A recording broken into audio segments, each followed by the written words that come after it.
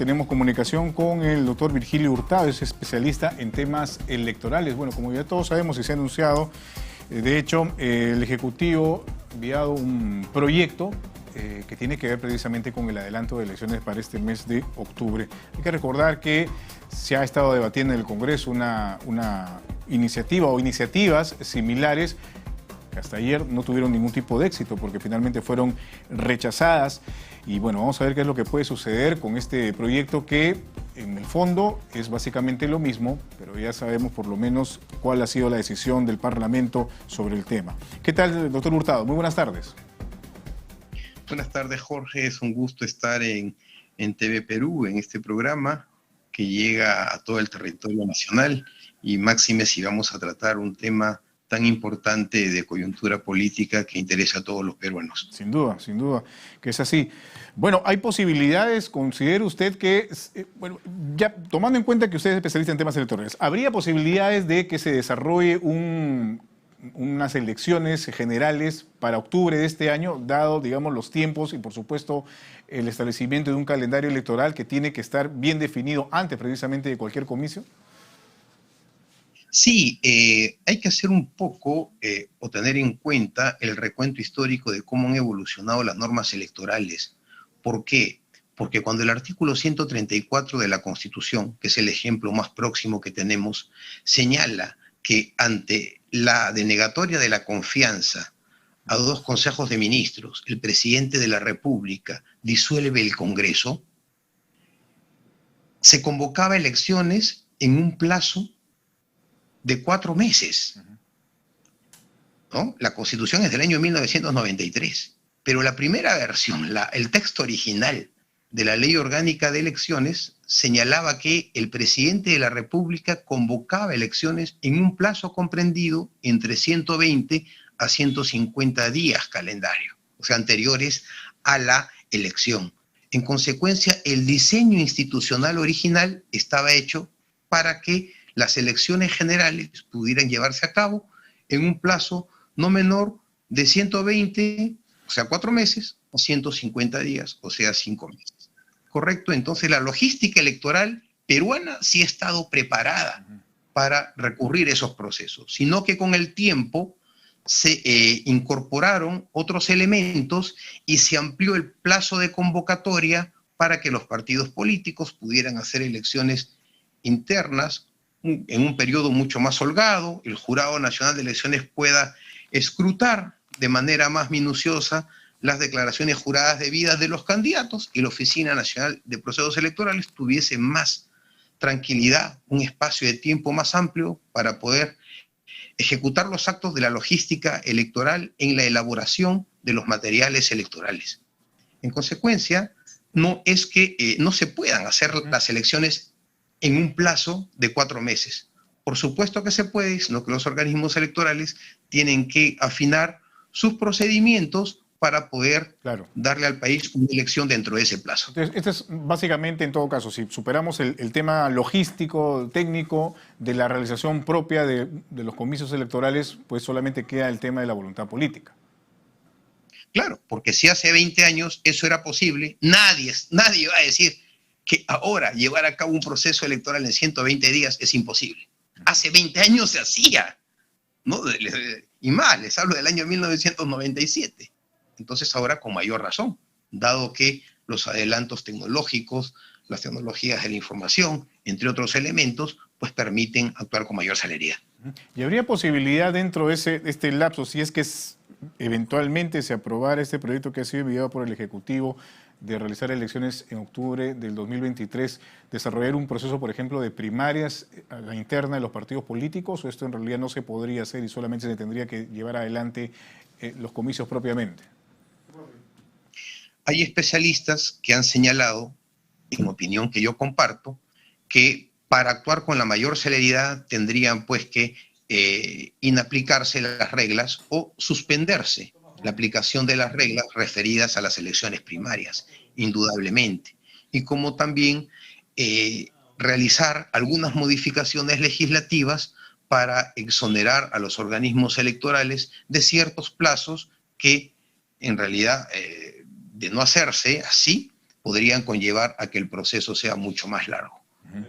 Ahora, eso quiere decir, en todo caso, que si se aprobase esta iniciativa que ha nacido ahora del Ejecutivo, pues iríamos a comicios generales bajo las mismas reglas actuales, las que rigieron en el 2021. Las reglas no son malas. A veces echamos la culpa a las reglas del producto que tenemos, que son las autoridades que hemos elegido. Yo le pregunto, en estas últimas elecciones, ¿hemos tenido mejores gobiernos que las elecciones que se llevaron en el año 2001, en el año 2006, en el año 2010? Yo creo que no. Entonces el tema no necesariamente pasa por un ajuste de reglas institucionales, sino pasa porque la gente elija mejor a sus candidatos y elija mejor a los partidos. Pero digamos, si tiene la misma parrilla o protagonistas dentro de la propia escena teatral, ¿cómo hacemos para que mejore eso? Porque eso es lo que se dice, ¿no? Si se tienen las mismas reglas, o por lo menos no se mejoran las que tenemos ahora, pues obviamente vamos a votar siempre por los mismos, por el mismo elenco, de alguna u otra manera, que van cambiando de rostros, pero básicamente es lo mismo. Hablamos de posibilidades, no de situaciones que sean determinantes. Que es posible que tengamos un gobernante tan igual o peor, es posible. Como también es posible que tengamos un gobernante mejor. ¿Pero de qué depende? De cómo elija la gente. ¿Va a depender de qué? De los programas de gobierno, de las campañas electorales que hagan los partidos por posesionar los temas que resuelvan los problemas del país. ¿Eso no es un poco quitarle la responsabilidad a los propios partidos políticos? Por ejemplo, hay una persona que en este momento se encuentra en calidad de fugada, que fue elegido congresista de la República por un partido que ahora tiene una bancada en este Congreso y tenía una sentencia o estaba en un proceso judicial por colusión agravada. Ha sido sentenciado a 6 años, se enteró de eso y se fugó. Y de hecho ahora hay una congresista que se encuentra en la curul de este señor precisamente por esa situación. Entonces, no hay, digamos, se está abstrayendo a los partidos políticos al sostener que es responsabilidad de los electores votar mejor cuando los partidos políticos son los primeros encargados de filtrar de manera debida a sus candidatos que van a postular al Congreso o a la propia presidencia de la República. Y le explico por qué. ¿Por qué no? Porque el propio sistema de partidos representado en el Congreso modificó el artículo 34 de la Constitución, donde aquellos ciudadanos que tengan sentencia en primera instancia por la comisión de un delito doloso ya no pueden postular. Entonces el primer filtro es ese. El segundo filtro es que de presentarse esa candidatura, que ya nace nula y cuestionada, los organismos del sistema electoral no les permitan participar, porque tienen que aplicar la ley. En consecuencia, ese es el segundo filtro. Si por A o B hubiese un error, como todo en la vida, ¿no? La justicia, como una creación humana, puede incurrir en errores y se deja postular a este señor, entonces el último filtro lo tiene la ciudadanía. Estamos hablando de varios filtros institucionales. Y el último filtro, ¿quién lo tiene? El elector. Bueno, podríamos continuar con la discusión, ¿no? Porque hay varios casos en realidad en el Congreso que merecen un análisis, ¿no? Un congresista de la República que está en estos momentos siendo investigado y una investigación por presunta organización criminal. O sea, hay casos en realidad que uno se pone a pensar y dice, ¿qué está pasando? O sea, estas son las opciones que tenemos como electores para votar. O sea, no se puede hacer ningún tipo de cambio. O siempre vamos a estar con esto de que las leyes son buenas, pero los que votan mal somos nosotros, ¿no? Entonces hay una discusión que definitivamente sí se debería colocar sobre el tapete, sobre la mesa, sobre todo de los espacios dentro del propio Congreso de la República, que es el ámbito finalmente el que se encarga de desarrollar y de reflexionar las leyes para mejorar como sociedad. Pero me gustaría retomar el tema de este proyecto del Ejecutivo respecto al adelanto de elecciones. En el Congreso de la República también se presentó una iniciativa en minoría, un dictamen en minoría, que incluía un adelanto de elecciones, pero a la vez relacionado con esta posibilidad o este deseo de un sector de que se convoque una asamblea constituyente. ¿Cómo ve usted esto? ¿Es posible que, por ejemplo, en un eventual adelanto de elecciones se pueda también votar un referéndum, una consulta popular, si es que la ciudadanía quiere o no una asamblea constituyente?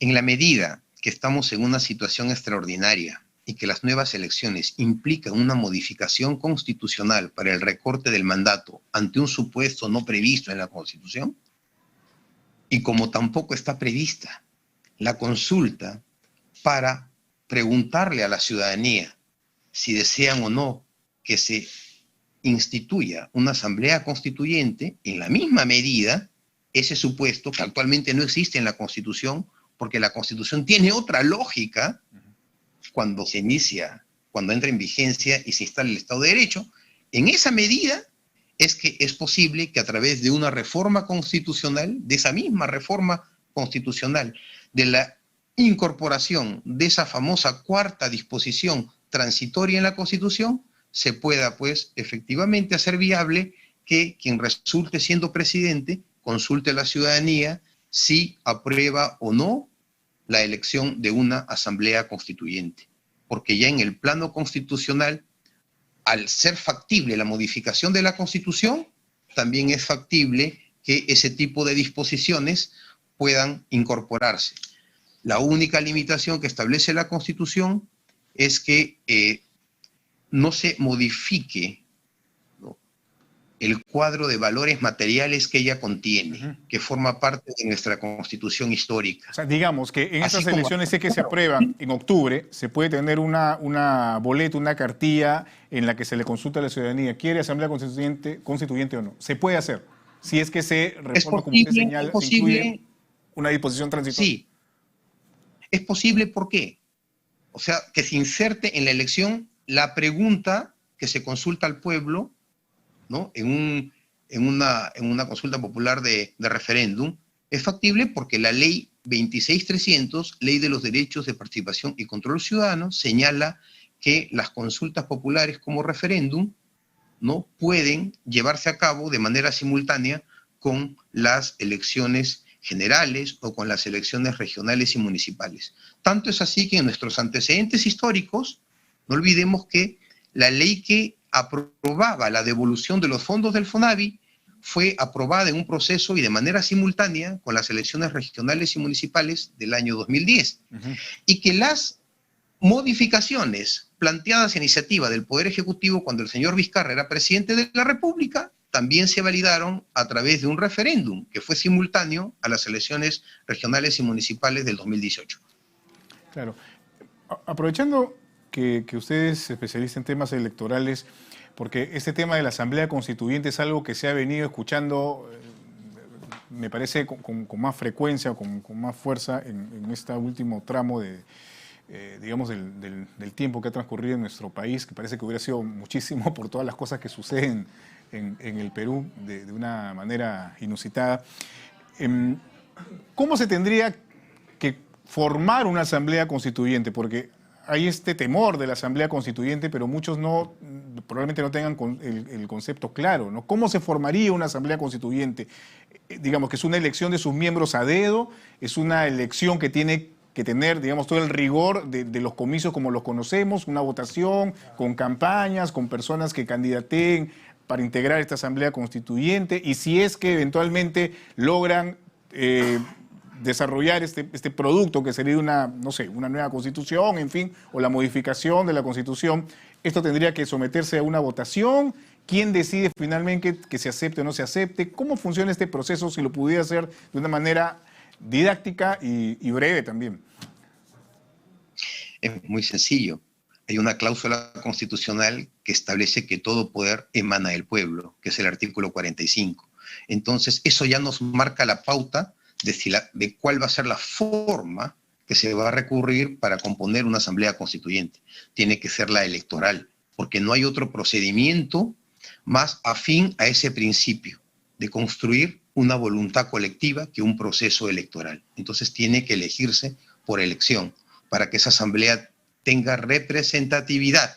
Ahora, otro tema a discutir es si es que se recurre a una elección de asambleístas, de constituyentes, a través de distrito múltiple o a través del famoso distrito electoral único, ¿no? Eso ya se tiene que especificar en una norma especial que regule cuáles van a ser las reglas propias del sistema electoral para elegir a los constituyentes.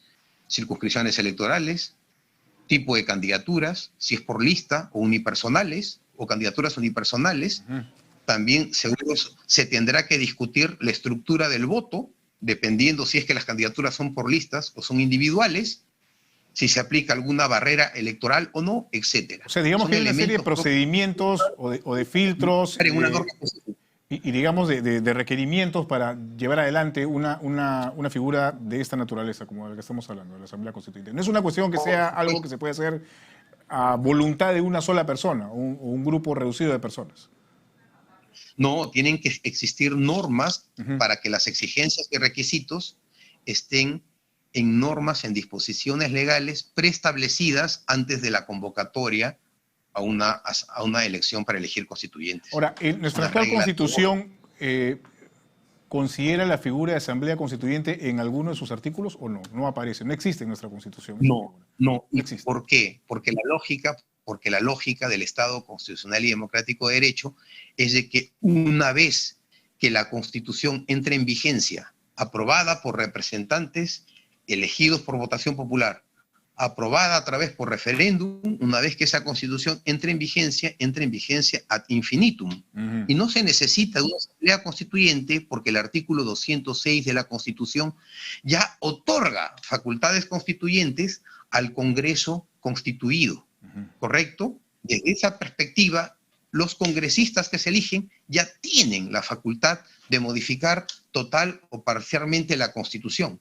Pero estamos ante una situación fáctica en la que pues hemos desbordado los canales jurídicos establecidos y necesitamos llegar a un consenso para poder encaminar nuevamente los periodos gubernativos dentro del marco constitucional y legal. Muy bien. Ahora, para finalizar, doctor Hurtado, usted ha tenido la oportunidad de leer la iniciativa que se rechazó ayer en el Congreso de la República respecto al adelanto de elecciones y el proyecto que ha presentado el Ejecutivo. ¿Ha encontrado algún tipo de diferencia? ¿Es básicamente lo mismo? ¿Qué es lo que ha cambiado? ¿Y qué podría cambiar en todo caso si es que es lo mismo y se envía nuevamente al Congreso de la República que ya ha rechazado el propio planteamiento del adelanto de elecciones? Leí el texto porque estuvo circulando en redes, ¿no? Y se incorporaba una cuarta cláusula, una cuarta disposición transitoria a la Constitución para hacer viable elecciones complementarias. En realidad es un artificio interesante, pero las elecciones complementarias como una categoría propia del derecho electoral existe, pero para aquellos casos en los que se ha declarado la nulidad de una elección o cuando la elección no se ha podido llevar a cabo. Y ese no es el supuesto en el que nos encontramos, ¿no? Entonces, ahí había un tema de observación técnica. Esta fórmula no se equipara para nada a las elecciones extraordinarias para elegir a los miembros del Congreso que se disolvió, porque ese supuesto de elección en 4 meses de nuevos representantes parlamentarios cuando se disuelve el Parlamento es un supuesto que constitucionalmente sí existe y sí está previsto en la Ley Orgánica de Elecciones, en la Ley 26859. Pero el supuesto de elecciones complementarias está previsto para las elecciones municipales inclusive, ¿correcto? ¿No? Pero igual el Congreso seguro, en aras de construir una salida jurídica y política que saque al país de esta crisis, ¿no? Ha visto ese camino, ¿no? Que no encontró un mayor consenso, ¿no?